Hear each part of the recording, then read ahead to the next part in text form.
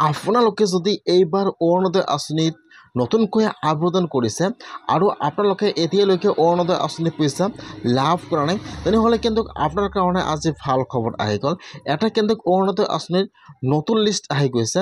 যদি আপোনালোকে লিষ্টটো চেক কৰিছে, যদি আপোনালোকৰ নামটো লিষ্টত থাকে, তেনেহ'লে কিন্তু আপোনালোকে অৰুণোদয় আঁচনি পইচা লাভ কৰিব।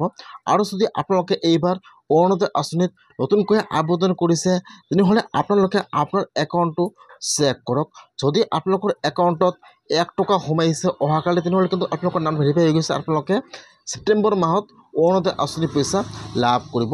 সেইকাৰণে যিসকলে আগৰ পৰা প্ৰতি মাহে অৰুণোদয় আঁচনি পইচা লাভ কৰি আছিল, অথবা যিসকলে এইবাৰ অৰুণোদয় আঁচনিত নতুনকৈ আবেদন কৰিছে, সকলোৰে বেংকৰ ষ্টেটমেণ্টটো চেক কৰক। যিটো আপোনালোকৰ একাউণ্ট আছে, আপোনাৰ একাউণ্টৰ ষ্টেটমেণ্টটো চেক কৰক যে আপোনালোকৰ একাউণ্টত 1 টকা সোমাইছে নে সোমোৱা নাই।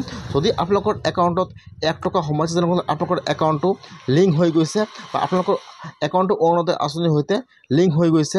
আপোনালোকে এই মাহৰ ভিতৰত অৰুণোদয় আঁচনি পইচা লাভ কৰিব। আজি কিন্তু অৰুণোদয় আঁচনিৰ গুৰুত্বপূৰ্ণ আপডেট আহি গৈছে।